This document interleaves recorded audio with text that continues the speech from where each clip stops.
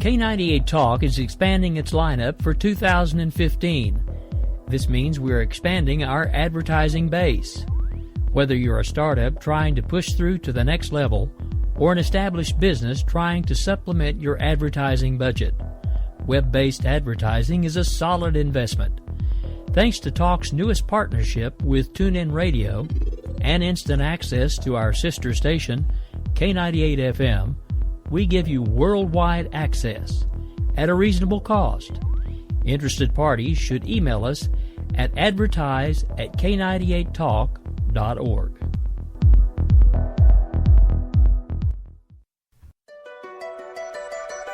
The leader in talk radio on the Internet, right here on K98 Talk and the Spark Radio Network.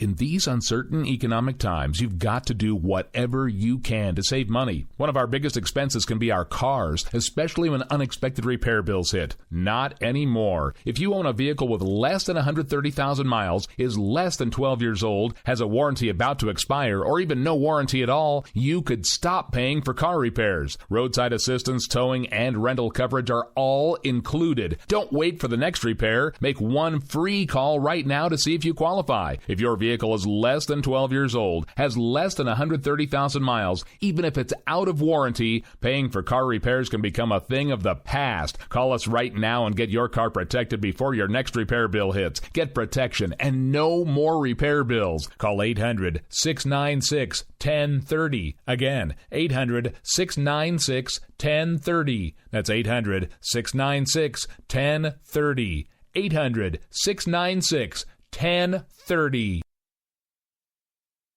Joe had huge problems with the IRS. I knew it was coming. I hadn't filed taxes since 1990. All the IRS letters coming in added up to a nightmare. To get up to like $68,000, my heart started beating fast. It's like, there's no way, man. I mean, I ain't going to be able to do this. Then they stopped his paycheck. So that's when I started making phone calls and found U.S. Tax Shield. U.S. Tax Shield went to work immediately. They just took the bull by the horns. What blew my mind is he called the IRS right then and there. So why is U.S. Tax Shield A+ rated with the Better Business Bureau? Joe knows. They saved me a ridiculous amount of money. If you owe more than $10,000 to the IRS or state, choose the company Joe chose, U.S. Tax Shield. It was the best decision I made. U.S. Tax Shield is the way to go. Life is good. Thank you, Lord. Call 800-471-3287. U.S. Tax Shield. Boo-rah. Yes. 800-471-3287. 800-471-3287. They say we offer simple answers to complex problems. But perhaps there is a simple answer. Not an easy answer, but simple. It's common ground. It's common ground. It's common ground. It's common ground. We have serious problems to solve, and we need serious people to solve them. Republicans and Democrats. All right, folks, happy Saturday morning. That means it is time for Finding Common Ground. It's just a couple minutes past the hour of 9 o'clock here in beautiful downtown Oklahoma City. That means it's just a couple minutes past the hour of 10 Eastern or 8 Pacific. So if you're on the West Coast, get up, get a cup of coffee, sit down, enjoy the show. East Coast, by now you're probably wondering why you haven't had any breakfast. That's all right. We're only on for an hour. Sit down, chill out. You can eat later. All right, so before we get too far into the show for today, I do want to give the floor to my left chair co-host, Bryce, for just a little bit, but I want to give him some props first. For those of you who may not know, I'm sure you do because you listen all the time, but, you know, Bryce does his show, Opinion Nation, right after this show ends. Well, that show has recently been picked up by another network, SHR Media, which is another one that's been starting to carry a lot of our content. Well, not only that, but Bryce got to hang out on a show that was carried on WNJC out of Philadelphia the other day with the general manager and one of the hosts over there, Sean. So I'm going to give him a few minutes to talk about that, maybe a little bit of the other stuff that he's got going on, and then definitely want to give him a chance to let folks know what's going on his show today after this one. So, Bryce, the floor is yours, sir. Okay, so this week, I was very happy I got picked up by SHR Media, and as a result, I went on their manager's show, The Edge of Liberty, and it was cool. We were talking about, it was kind of reminding me of my back and forth with you a little bit. Right winger, me a liberal, same type of thing. But it was exciting and it was fun, and I'm glad that the show is picking up. And I even said, my goal has always been not to get people to agree with me, just to think about it one last time maybe before they say that this is my opinion.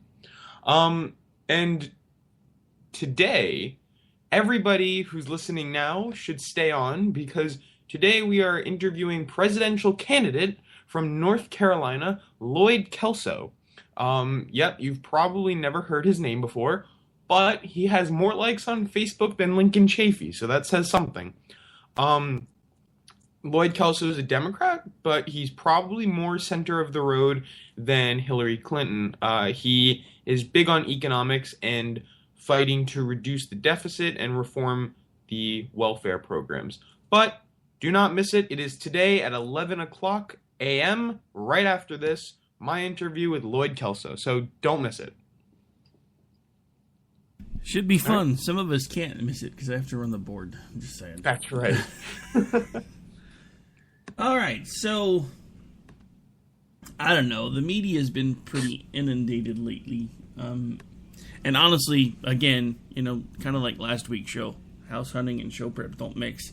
It's gotten even worse this week. It's like every time I turn around, the realtor was like, if we're going to go look at this, we got to go look at it today. And I'm like, I was going to be on the air in 10 minutes. Never mind. I guess we'll get in the car.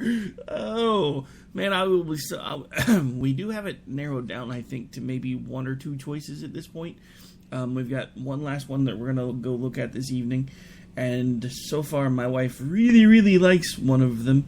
So I'm hoping we can put an offer in soon and maybe put all of this nightmare behind me.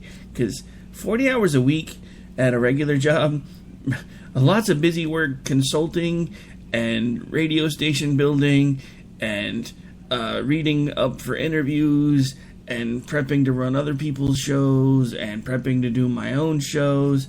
And I am literally ready to just check myself into the rubber room for like a week. I don't even mind the jacket anymore. I'm claustrophobic, so I always said, I wouldn't want to do that because that straitjacket thing would drive me crazy. I'm just thinking, hey, I could spend a week bouncing off the walls, hugging myself. I think I'm down for that right about now. I'm just saying. Yeah, you sound like you're driving yourself nuts. But, best of luck on your search for a house. And don't worry, you live all the way out, so you can get all that land and then you'll all relax and enjoy yourself. Pretty much. That's kind of what we're hoping. Because one of the houses we looked at, it's got a really, really open floor plan. So my wife is like, sweet, because we've been, with her dad's passing and then her grandmother's passing before that, we've kind of been the one that everybody kind of gravitates to for all the holiday dinners and stuff. Well, we've got a really nice house with a decent-sized yard for living in the city, but the inside of the house is a little weird because the last person that lived here cut the living room in half to make the kitchen bigger, which made my wife really, really happy at first because she likes the really, really large kitchen. But now we have maybe a 200-square-foot living room. Makes it really hard to entertain large groups of people, especially in November. Just saying. Well, I don't know. I like a large living room, but a woman's place is in the kitchen, so... No, I'm kidding. Oh, my God. Oh, God. Okay, that sound you heard, I had myself muted right as he said that, and I was trying not to choke on my coffee, but it's taking me longer than I thought to recover, so sorry, folks. I think you almost killed me. Ow. That hurt. Okay. What the hell was that? Sexism shines through sometimes. Misogynist moment, anyone? Yeah, Just right? like, here you go. Here, yeah, yes, I'm a liberal, but every once in a while I still say stupid stuff. Just kidding. Let me ask you as a first topic that I don't think we've talked about at all. So Democrats are calling to keep Hamilton on the $10 bill, and they want lawmakers to replace it with the 20 instead. Well, how do you feel about that? Wait a minute, I'm confused. So Hamilton's going to stay on the 10, and what's going to happen with the 20? Okay, so Democrats think Andrew Jackson was a prick, so they want to take him off the 20, put a woman on the 20, keep Hamilton, because Hamilton, made the foundation of this country. I'm just wondering why we got to mess with our money so much. I mean, honestly, man, woman, I don't care at this point. My issue is, and you know, this is something that I think is, I hope, subconscious. But ever since we got to the point where our federal government could basically follow the same rules that are outlined in Monopoly, you know, when the bank runs out of money, just make more. Have you noticed that all of the money starts taking on the color tones of Monopoly money? The $5 bills have a pink tinge to them now. The $10 bills have a yellow tinge to them now. Is that subconscious, or are they trying to tell us something? I'm just asking. I mean, I guess so.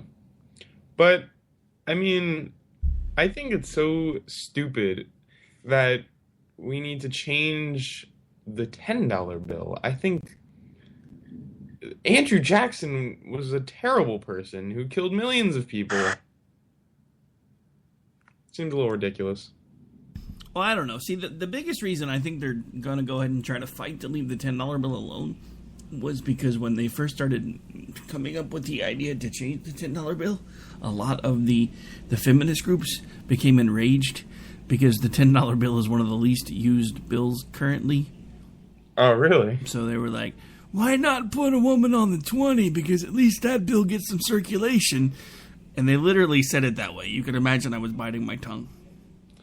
Well, for God's sakes, though, Alexander Hamilton made the central banking system.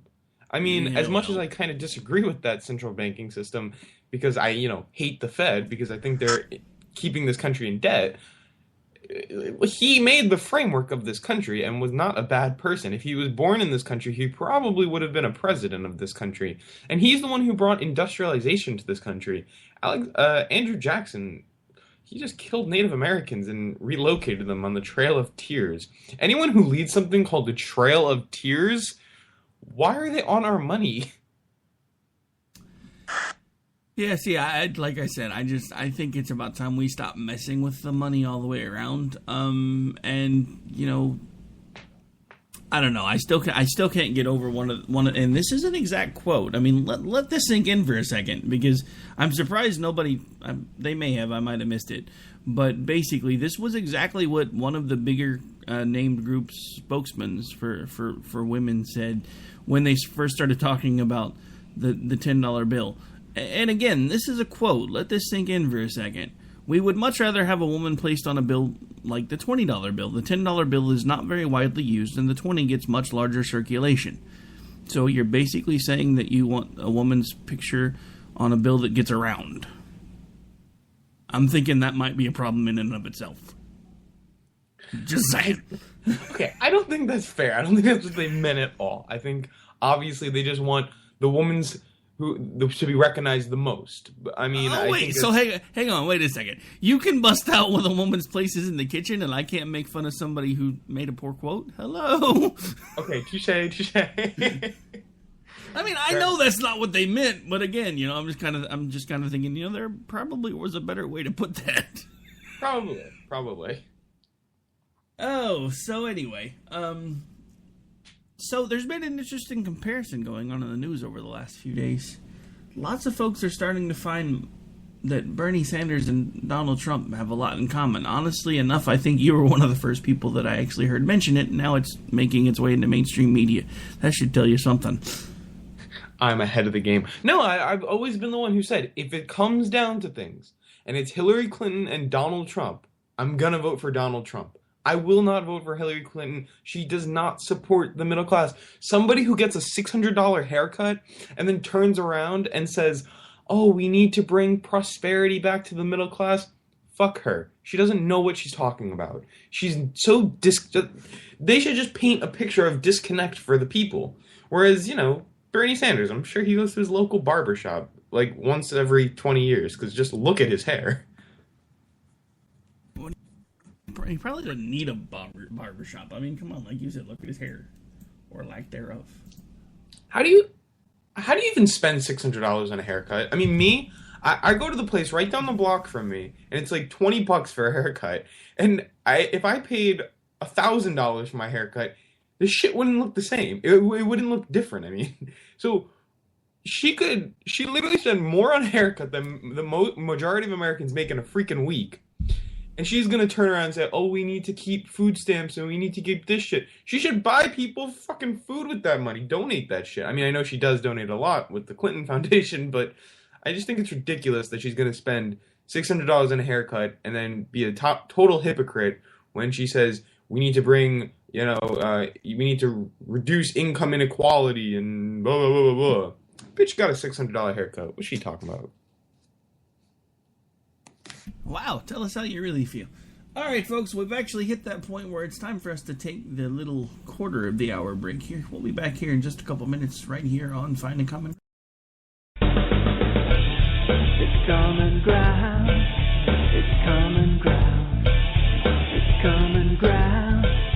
It's common ground. The internet will never be the same. You're listening to K98Talk.com. Whoa! Good God, y'all! What is it good for? Absolutely! Now get started again. When our water heater broke down last month, it was a nightmare. It took 5 hours for the plumber to show up, and he charged us a couple of $100 just to come out. And then it cost another $1,800 to put in the new water heater. By the time it was all said and done, I felt like I'd been taken. But what else could I do? The smartest thing you can do is get a home warranty from American Residential Warranty. Their home warranties pay to repair or replace all your major appliances when they break, and they will break, and at the worst possible time. Call American Residential Warranty right now for free information on home warranties starting at just pennies a day. Don't wait for your refrigerator to stop running or your ceiling fans to stop turning. Call American Residential Warranty right now. Ask how you can save up to 50% on washer and dryer coverage. Just call 1-800-513-6154. That's 1-800-513-6154. Again, 1-800-513-6154. Call now.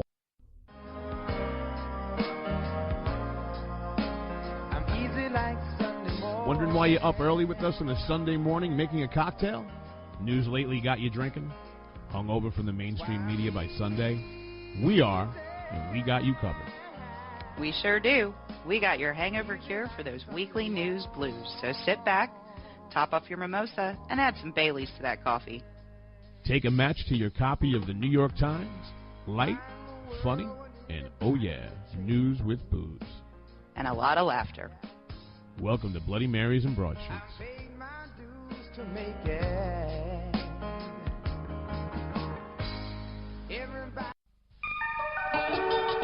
The staff of K98 Talk and the Spark Radio Network is proud to announce that our very own Rowdy Rick Robinson has been selected as one of the top conservative talk show hosts in the nation for his program America Off the Rails.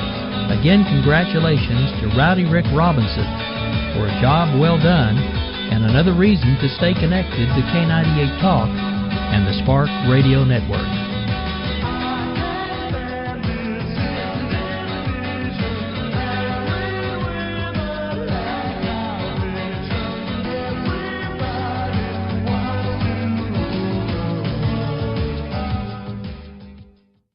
Our military service members volunteer to protect us in the most dangerous places around the world. They step up. And when they are severely ill or injured, returning to their families is only the beginning of their long road home. Wounded Warrior Project provides these brave men and women whatever they need to continue their fight for independence at no cost for life. So now it's time for a grateful nation to step up. Join us at findwwp.org. It's common ground. All right, folks, we're back. We're live. This is Finding Common Ground. I'm Rick Robinson, and joining me again in studio today helps if you pull the right lever, dummy. Okay, so technical issues brought to you by the guy with not enough caffeine in his bloodstream yet. Okay, so anyway, this is Finding Common Ground, and we are back. We are live, and again, this is the show where Bryce and I usually on every Saturday morning, kind of go toe-to-toe. I usually make fun of him when he starts waxing poetic about Bernie, all that fun stuff. Speaking of Bernie, though, we had a nice conversation on Facebook the other day. I kind of thought we should probably bring that out to the air. Because the interesting thing, and this is just my take on it, and then I'll give you a chance to say kind of what you said or see if there's anything else you want to add to it. There's this nice little thing going around where Mr. Bernie Sanders is talking about how nobody should make less than $15 an hour. Well, he pays his interns less than $15 an hour. Now, to give him credit, a lot of folks don't even pay their interns. So, I mean, the fact that he's paying them at all, yeah. But see, here's the thing, and this is the thing that I tried to point out to Bryce. This is as dumb as Hillary Clinton coming out about the whole men-to-women ratio wage gap and then still paying the people in the State Department that were directly under her command and control less money than their male counterparts. Or it would be about like Al Sharpton coming out in favor of tougher tax laws. It's kind of hypocritical. Just saying. All right. I mean, I think that there's a huge difference between Bernie Sanders' generosity with his voluntary interns that he's paying at $12 an hour, and Al Sharpton, the guy who's embezzled like $4.5 million, calling for. I think it's just a bit of a jump there. But, look, Bernie Sanders... leaps are what I'm famous for, sir. Shut it. I'm just playing. I think that, yes, okay, it seems hypocritical, but they're not working full-time jobs. They're going around knocking on doors for, 2 hours? 3 hours? When he says, we should raise the minimum wage to $15, he's talking about nobody should be working 40 hours a week and living under the poverty line. These interns are not working 40 hours a week. But, again, my point is, if we were to look at anybody that he's paid that probably is making or doing 40 hours, is he paying anybody less than $15 an hour? Because if he is, then he's a hypocrite. He is. And you know what, though? If he was making Hillary Clinton money and if he was making... Or if he had Donald Trump money, then fine. He could blow the $15. But he's not. The simple fact of the matter is, you shouldn't spout off about how things should be different unless you're willing to make them different in your own house first. Fair enough.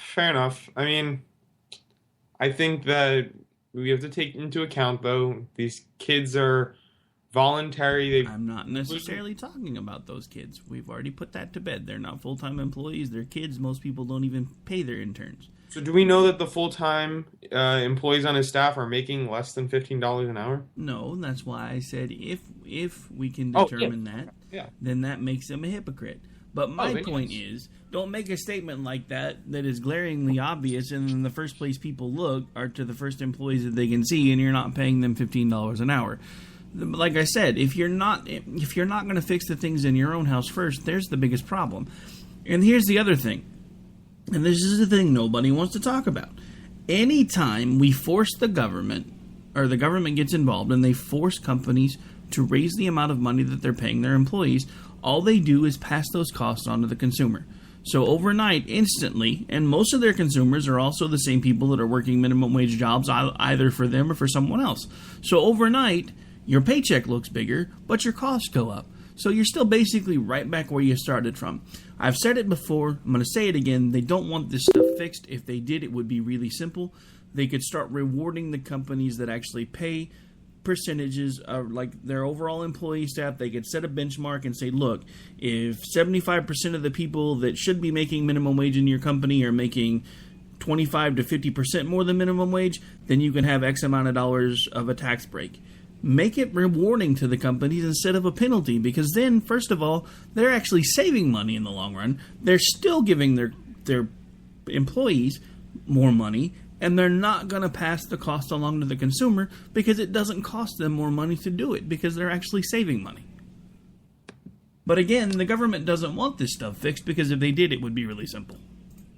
I mean, I always think that to a large extent, yeah, you're right. I think that's how it should be done with small businesses.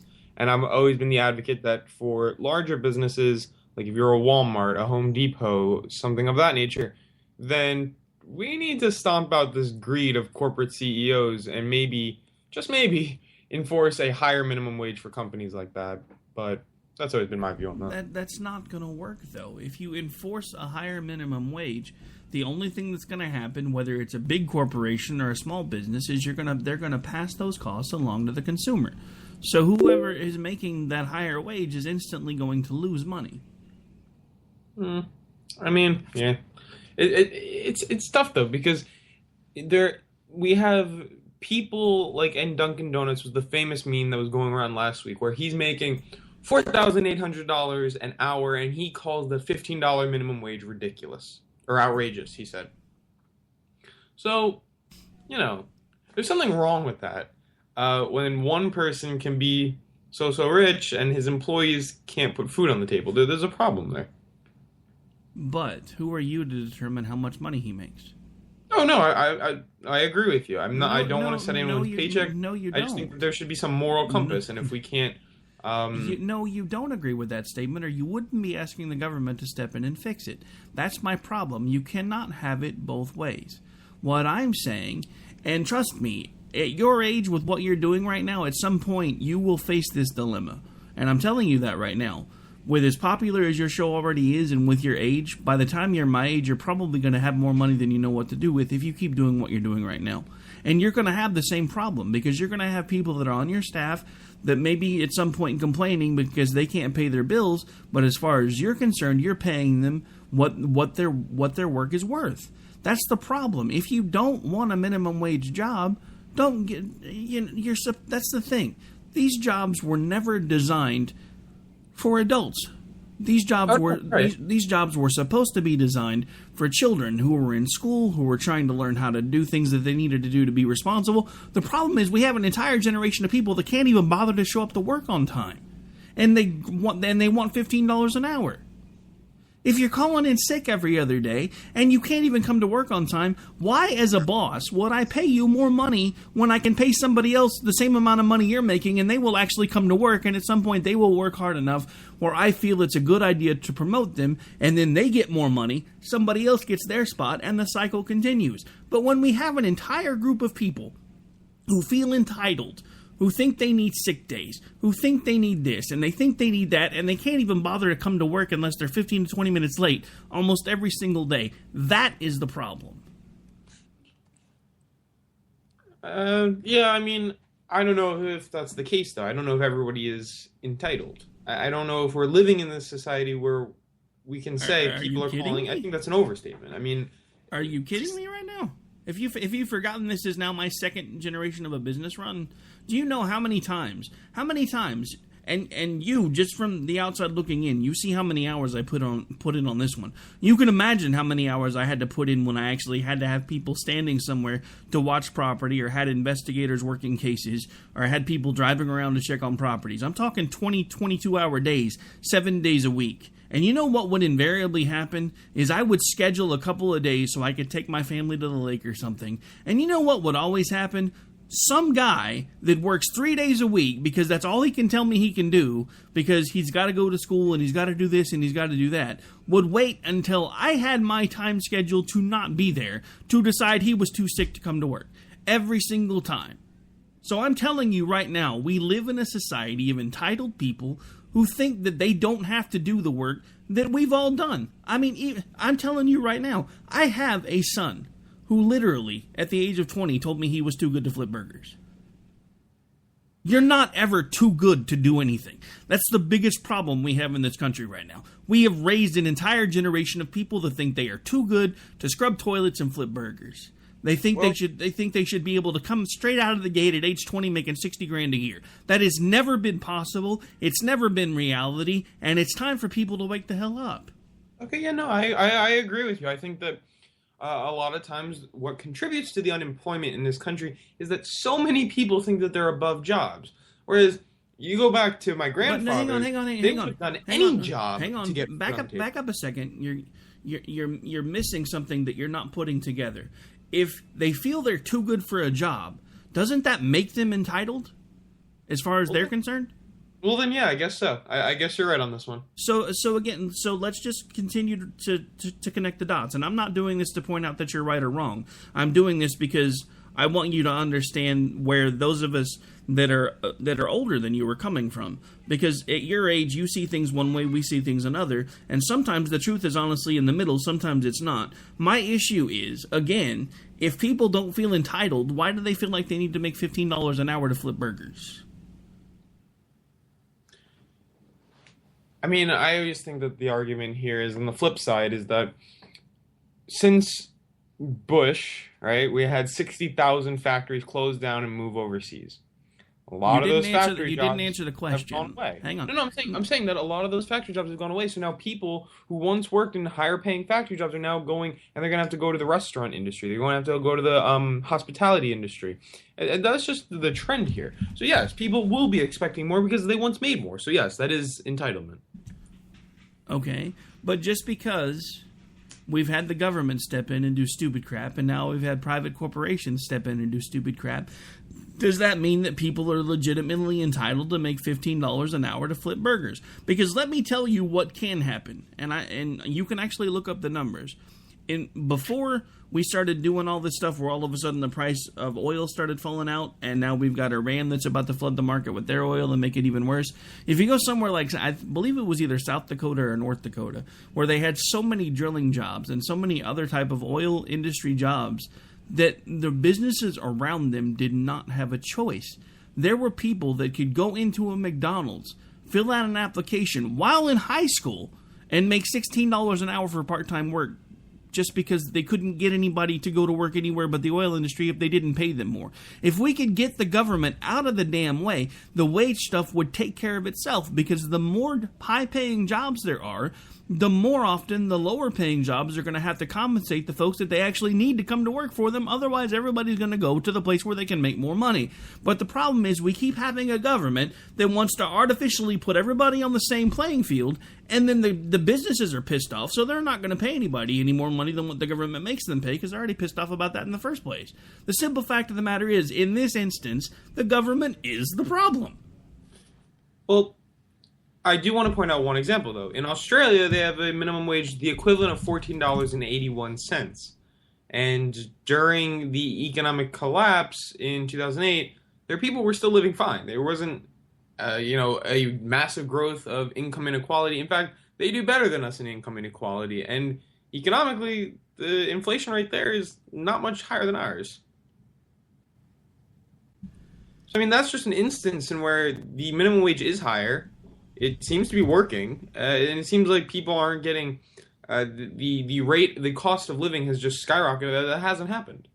So, I mean, I understand the logic here, but I don't think that because we raised the minimum wage to a wage, so to speak, I don't know if that's necessarily it. And I'm, again, always been the advocate, as is Donald Trump, for a minimum wage based off the certain type of job that you do and the level of business that you're running.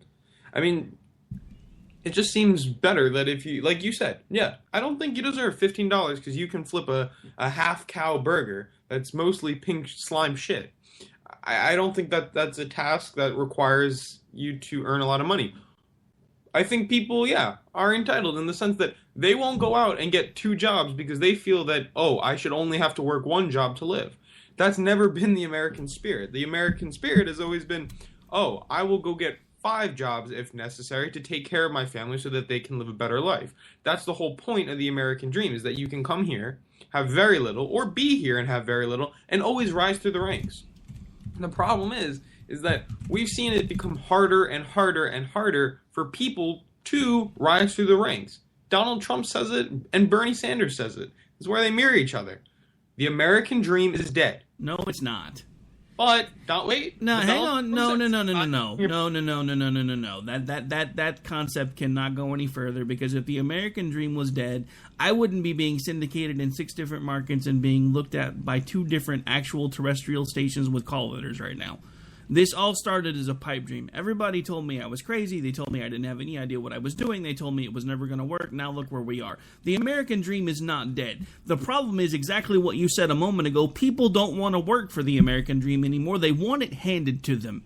If I had the same mindset as everybody else, I would do my little 40-hour-a-week job. I would come home, I would veg out on the couch, and I would not do anything else, but I would never get anything else out of it other than the paycheck that it was handed to me.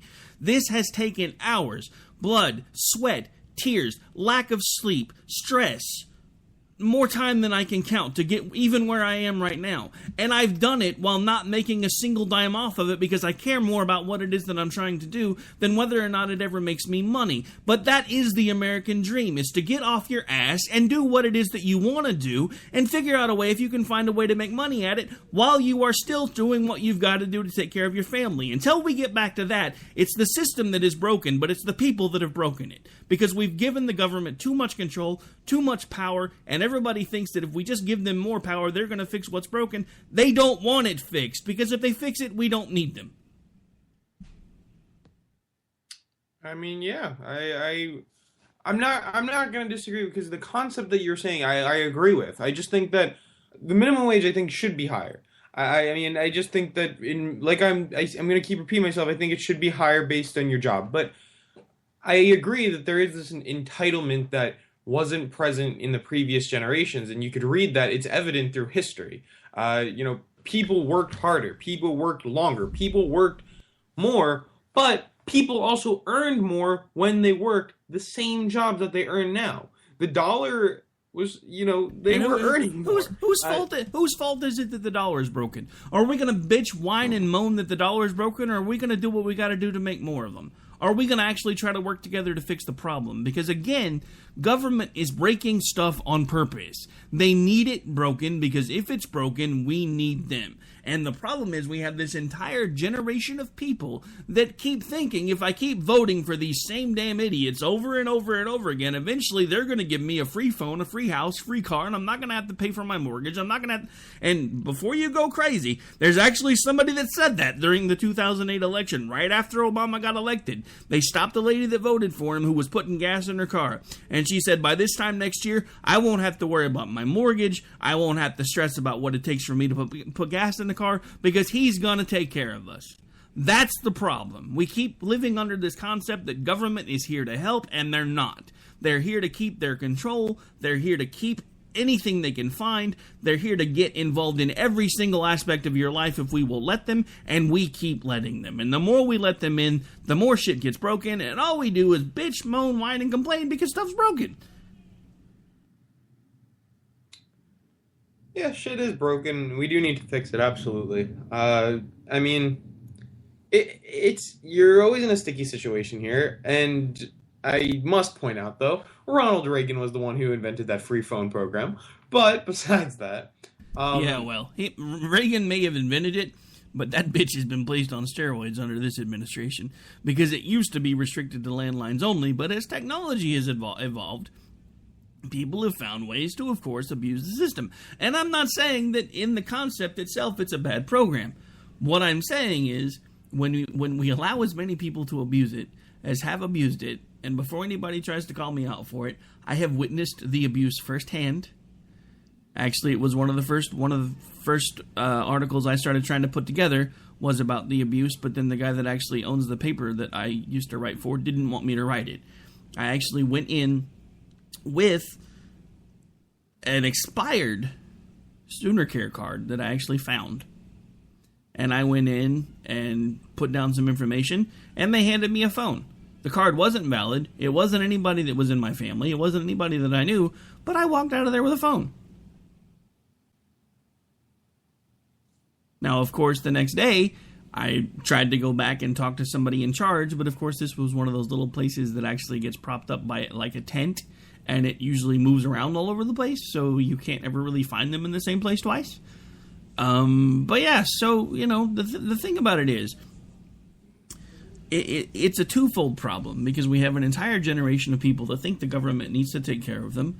We have an entire government generation of people who knows they're not here to actually take care of anyone, but simply to increase their power base, while they can fool the people that think the government needs to take care of them into thinking the government is going to take care of them. Not to quote Ronald Reagan, but one of the scariest phrases in the English language is, "I'm from the government and I'm here to help." Because the bottom line is, the folks in DC could give two craps about me, you, or anybody else. The only thing the majority of them are worried about is how to keep their power. And I hate to burst your bubble, but when it comes to Bernie Sanders, if he gets the nod, you're probably going to find out that most of what he's telling you right now is a load of crap. Because it usually is. Which is why I don't really want to vote for anybody right now. Yeah, no, I mean, soon you'll wake up and then you'll vote for Bernie Sanders, but besides that... not gonna happen. Never gonna happen. It was at Dave, when I announced that I was going to SHR Media as well, he thought that meant I might be leaving K98. And I said, I'm not going to leave K98 unless Rick suddenly sprouts wings and votes for Bernie Sanders. And that won't happen. Yeah. Yeah, I mean, I know you love the guy and all, but yeah, I can't vote for this guy. It can't happen. But we've already blown the break, so we're going to go commercial free for the last 15. So I want to give a quick shout out to one of our sponsors, and I guess I'll kill the Bernie love song while I'm doing that. ConcealAndCarry.net. If you are in the market for a weapon or you're looking for some sort of training classes, I do highly recommend going to that site. It's pretty easy to find. You take the word conceal, you put the letter N next to it, you put the word carry behind it, and then put .net. You'll get straight in there. They have stores available and training facilities available and listed for all 50 states. So no matter where you are listening to us today, unless you happen to be one of the folks that I have seen from listening outside of the country, I'm not sure what's going on there. I guess we're getting some military folks, because I've noticed, like, Japan and a few other places, our numbers are actually starting to get a little larger.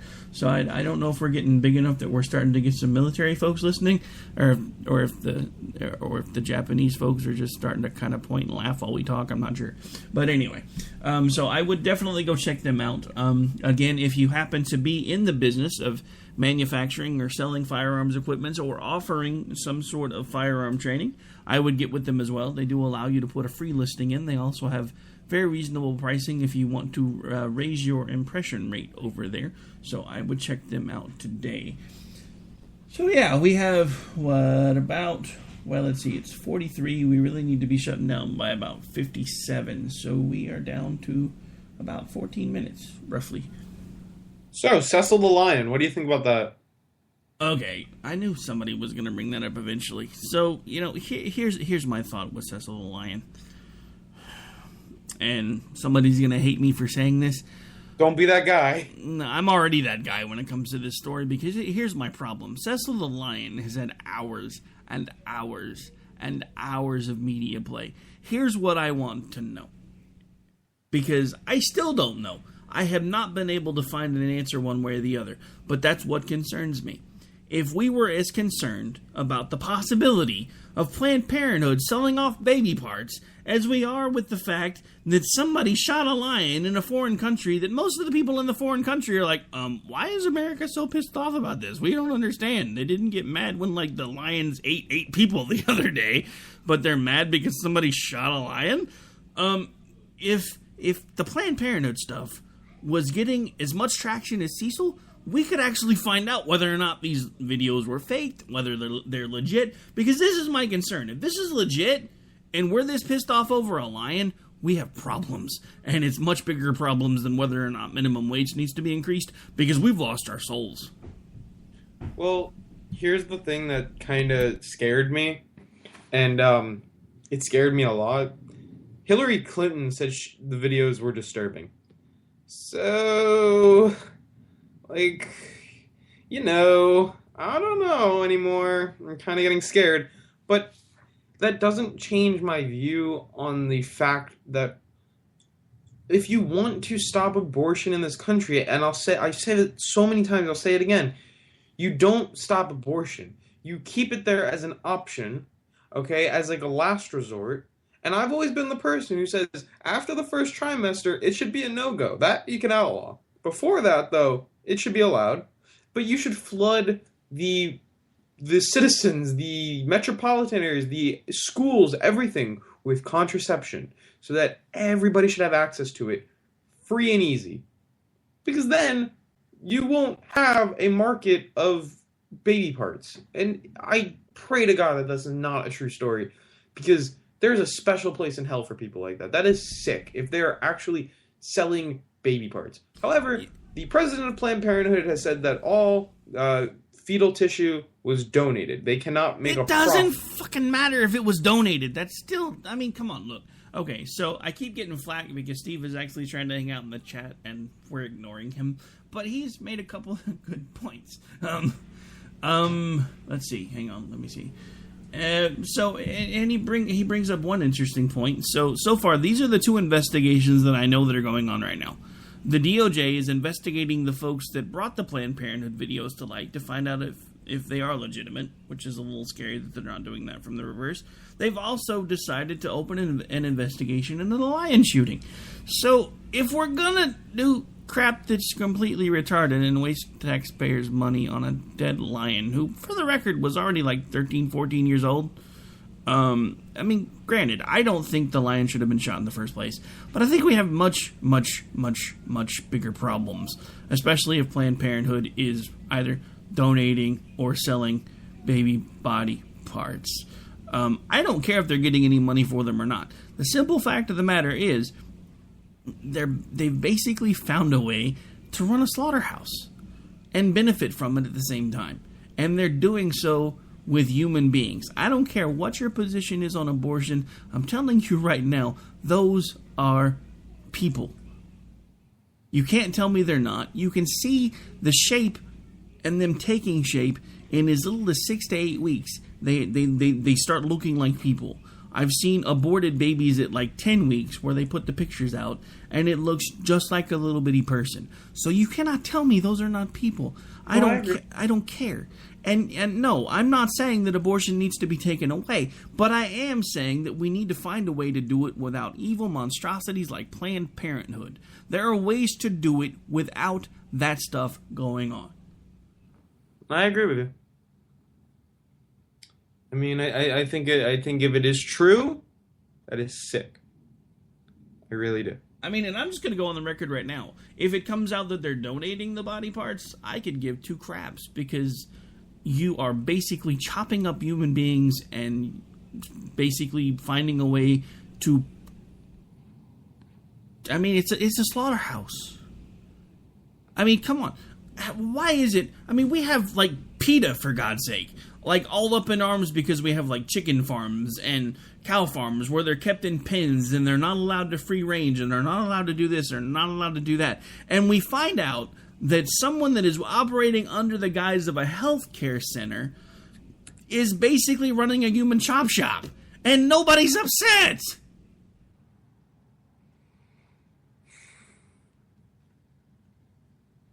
Yeah, I mean... again, all I can say is I hope that's not true. If it weren't true, we would have heard something by now. It's one of the reasons why I've refrained commenting for a while, because I haven't had really the chance to do the research. But this story has been out now for 3 weeks. If there were a smoking gun that could point out that all of this crap is faked and that somebody did it with CGI and a green screen, somebody would have brought that out by now. The simple fact of the matter is, Planned Parenthood's mission statement never changed from the outset. The only thing is, they stopped looking at just one race of people and realized that it didn't really matter because they could sell the body parts, or they could auction off the body parts in exchange for donations, or they could donate them in exchange for, being able to call in favors later on down the road and be like, hey, we're running out of funding. Remember those body parts we gave you about a year ago? Yeah, we need a donation. Yeah. So, I mean, let's not forget, Planned Parenthood, by its own admission, by the person that founded it, sole existence reason in the beginning was to exterminate the black race. Apparently they're moving on, and they're moving on up. Because now they don't care what color you are. They're just going to sell off your kid's body parts because you didn't want your kid. So here, you don't want him? Cool, that's fine. We can put him to good use. I mean, what's next? Soylent Green? I mean, here is what has been said, though. It has been said that these videos have been highly edited and distorted. And to be fair, I mean, I'm trying to play devil's advocate here as best I can. The people who are being spoken to, the woman who's being spoken to about selling the body parts, you imagine she's around this shit all day, so she must kind of get it must kind of become a norm in the conversation. That's probably what she was expecting to be talking to. Now, I'm not saying that's right, but I'm saying that's probably when you're around it all day, it's like selling a car almost. I mean, I'm not trying to condone what she said, but from what has been released right now, it's been said that these videos have been highly edited and distorted. Okay, well, I sent you, and to be fair, I haven't done my homework yet either, but 2 weeks ago, I sent you an entire unedited video. Have you had a chance to listen to it yet, or watch it? No, I have, and I mean, I can't really pinpoint what's been edited or not, but that's just what's been said, is that the videos were edited and distorted. Okay, so that was how long of a video again that I sent you? Because again, I haven't had a chance to watch it yet. Pretty long. I skimmed through it. It was like really long. But that's my point. This is the thing. What they're saying is all of the little 5 and 6 minute clips that are going around have been pulled out of context and taken out of proportion. That's why they're saying that the things that have caught traction in the media are highly edited, because it's people basically cherry picking, which is why I sent the entire footage over. And again, bad show host, I have not done my homework, mainly because I'm trying to get through a book for a guy that I'm supposed to interview in a few weeks that I have a phone call with later today. So yeah, I haven't really had a chance to look at it, but the issue is it was a very, very long video. I find it rather highly unlikely that in that video there was too much editing or parsing of words, because it's really long. I'm just saying. I mean, yeah. You never know. Yeah, you just don't want to say that you know you're wrong at this point. That's what it is. No, but it's fair that I don't want to say it, because if I say I'm wrong, then it turns out that there's, like you said, a slaughterhouse. I know, nobody wants to face it. That's why nobody's talking about it. But let's be legitimate here, and I have to give this credit to where I saw it. This was actually from Chuck Woolery. If it turned out that Planned Parenthood was instead selling puppy body parts instead of baby body parts, it would already be all over the media, and people would be burning down the buildings. That's true. But since it's babies, it's okay. I think we've desensitized ourselves to abortion. Which is exactly why I never said it was a good idea to go there in the first place. Because one of the things, and I believe this is something that Mother Teresa actually postulated, is if a woman is willing to kill her own unborn child, what do you think she would be willing to do to you?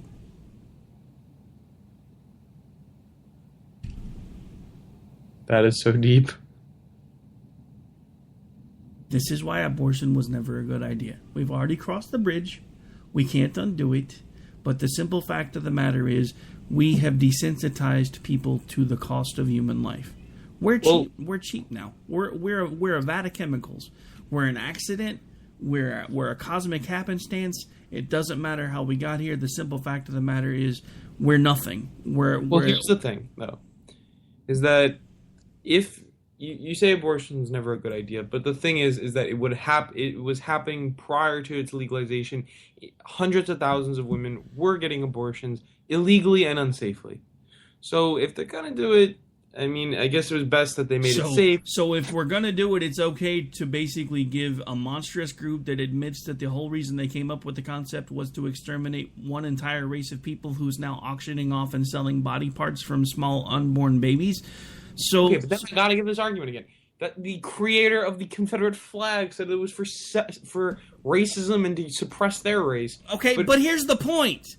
The only people that are still using it as that type of symbol are Nazis and skinheads. Everybody else that's looking at it is telling everybody, look, to me, that's not what this symbol means. The simple fact of the matter is, if this is true, this is a glaring example of the fact that Planned Parenthood's designed stances from the beginning have never changed. The only thing they did was widen the scope. Why focus with just the black people? Because now we can help get rid of the Mexican people. And we don't like these white trash people either. So we'll just keep killing all their kids.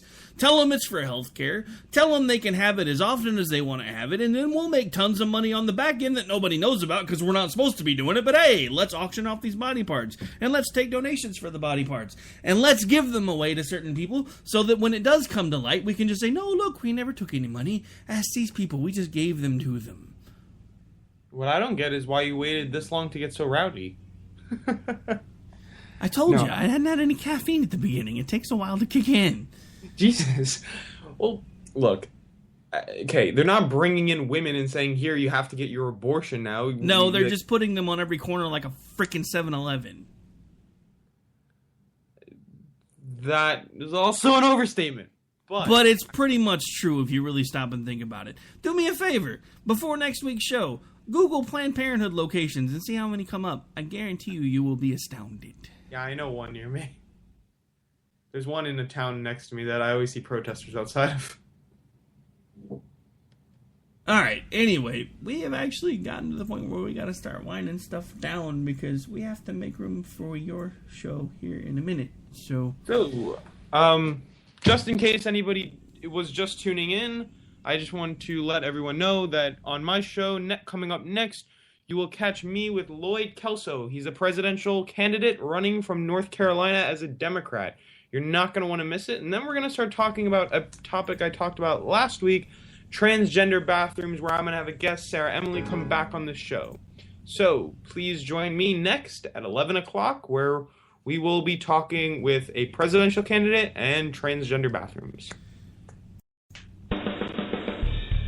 All right, folks, well, that's going to do it for this episode of Finding Common Ground. We'll be back with you next week. I do hope to be live back with you Monday, provided the house hunting doesn't get in the way.